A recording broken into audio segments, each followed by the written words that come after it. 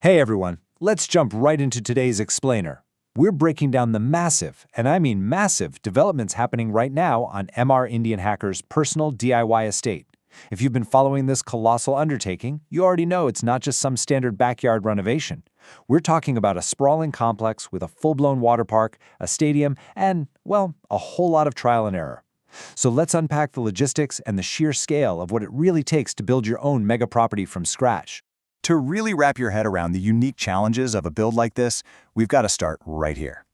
This quote just perfectly captures the hilarious, chaotic reality of building a mega project literally out in the middle of nature. Their original centerpiece, the main pool in the water park, actually had to be completely abandoned and destroyed. Why? Because it turned into a massive snake hazard. I mean, when you build out in the open, nature's going to push back, right? And a snake-infested swimming pool is exactly the kind of wild, unexpected roadblock that forces a total design pivot. So to keep everything organized, here is our game plan for today. We're going to cover 1. The new snake-free pool, 2. Growing the cricket stadium, 3. Planting the organic boundary, and 4. We'll wrap up with some final updates and challenges. Real quick though, before we hit the main construction zones, we absolutely have to take a quick detour to appreciate the crazy scale of this property. Sitting right there on the lot is this stunningly long, newly converted school bus. It's this massive, beautifully customized vehicle that just perfectly captures the eclectic anything-is-possible vibe they've got going on. Projects like this are a great reminder of just how creatively ambitious this whole estate is. It literally proves that on a lot this big, if you can dream it, you can park it. All right, let's get into Section 1, the new snake-free pool. The glow-up from their first attempt is seriously massive. The old pool was small, it was shallow, and obviously it was dangerous. But this new pool? Absolute game changer. They've drastically increased both the width and the depth. It now features this heavy-duty double-walled construction to guarantee structural integrity. And, most importantly for everyone's sanity, it's designed to be completely snake-free. This huge excavation basically means that when riders come flying down the water slides, they're going to drop safely and directly into a massive secure basin. No unwanted scaly guests. Now, the original estimate to dig this thing out was just 4 days. But as you quickly learn on any mega project, when you start improvising and scaling things up, like adding those double walls to keep the wildlife out, deadlines pretty much go right out the window. It's definitely taking much longer than expected, but honestly, the trade-off for a larger, safer, permanent structure, absolutely worth the delay. Moving right along to Section 2, growing the cricket stadium. So, spreading tons of fresh soil across an entire stadium obviously requires heavy machinery. But you know, it wouldn't be a true DIY project without some mechanical drama. The crew relies on this incredibly old, faulty tractor that they affectionately call Lucky, mostly just because of all the memories attached to it.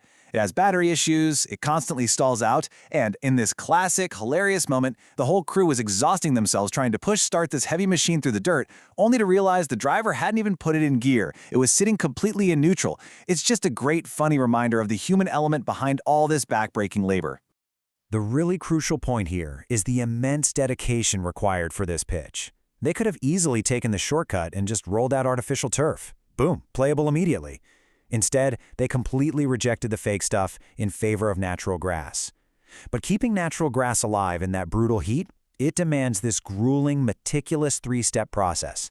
They have to perfectly level the new soil, mix in the fertilizer, and literally water the entire stadium 3 to 4 times a single day just to coax that grass to life before the sun bakes it dry. Okay, on to Section 3, planting the organic boundary. Since timing is literally everything in landscaping, the team made sure to take full advantage of the rainy season with a massive run to a local nursery. And they didn't just grab a few tiny saplings. We were talking about a huge haul of large, mature, fruit-bearing trees: guava, mango, mulberry, jalmun, amla, and papaya.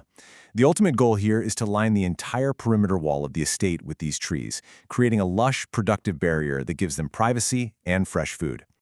What's super fascinating about this whole plantation strategy is the strict, non-negotiable rule the team set: absolutely no hybrid trees allowed. They specifically hunted down daisy or purely organic, naturally grown varieties. The vision isn't just about creating some nice shade, it's all about authenticity. They want pure, natural fruit that they can pick and ripen right on the branch with zero artificial gases or hybrid modifications. It really shows a deep commitment to not just building a cool estate, but a sustainable, self-sufficient one. But of course, nature strikes again. The intense, brutal heat during the transport process caused these beautiful, large trees to wither almost immediately. I mean, the second they arrived back at the estate, the leaves were already curling and drying up. The crew had to scramble, rushing to get them into the shade and doing emergency watering just to bring the foliage back to life before they could even get them into the ground. It is just a constant, everyday battle against the elements out there. Finally, let's hit Section 4, Final Updates and Challenges. When a property of this size starts coming together, zoning becomes an absolute must. The team is making some great logistical progress by installing a brand new, heavy-duty separation gate. And this isn't just cosmetic, right?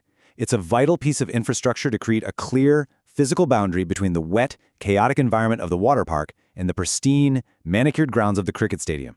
It brings a real sense of professional organization to the whole estate. You definitely don't want water park mud tracking onto your cricket pitch. But hey, progress doesn't come without setbacks. The team had invested heavily in these massive, high-quality tarpaulins for the property. Well, in a disastrous logistical mishap, those tarps got caught and pulled by a passing train, completely ruining them beyond repair. This one mistake resulted in a massive loss of a staggering 1 million rupees.